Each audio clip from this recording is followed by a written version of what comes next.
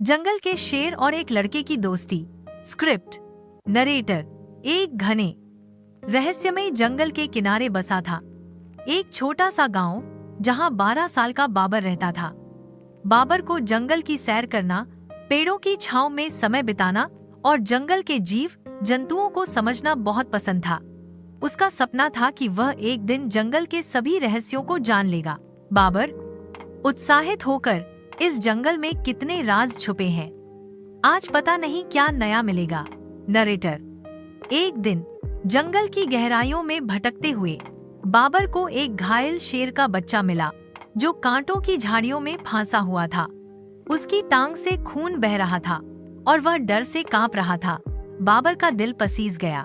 बाबर नरम स्वर में, अरे छोटे, डर मत, मैं तुझे यहाँ से निकालूंगा और तेरे घाव का इलाज करूंगा। नरेटर।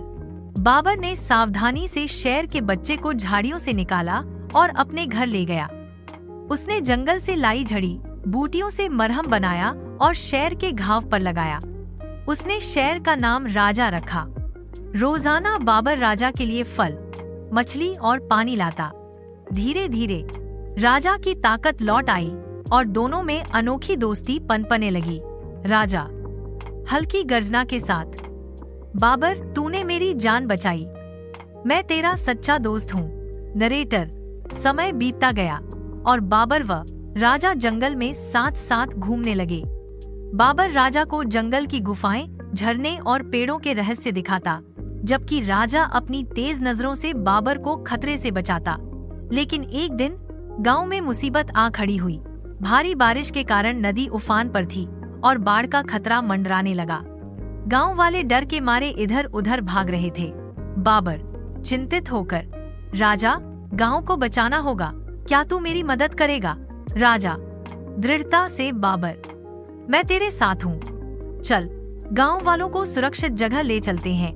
नरेटर। राजा ने अपनी ताकत का इस्तेमाल कर भारी पेड़ों को हटाया, जिससे गांव का रास्ता साफ हुआ। बाबर ने गांव वालों को एकजुट किया और राजा की मदद से सभी को ऊंची पहाड़ी पर सुरक्षित पहुंचाया। गांव वाले यह देखकर दंग रह गए कि एक शेर उनकी मदद कर रहा था। गांव का मुखिया हैरानी से, बाबर, तूने तो कमाल कर दिया, इस शेर को दोस्त बनाकर तूने हमारा गांव बचा लिया। नरेटर। बाबर और राजा की दोस्ती की कहानी पूरे गांव में फैल गई। लोग जो पहले जंगल के जानवरों से डरते थे, अब उन्हें समझने और सम्मान देने लगे। राजा जंगल में लौट गया, लेकिन वह हर हफ्ते बाबर से मिलने आता। दोनों जंगल में एक साथ समय बिताते, हंसते और नई नई कहानियां बनाते।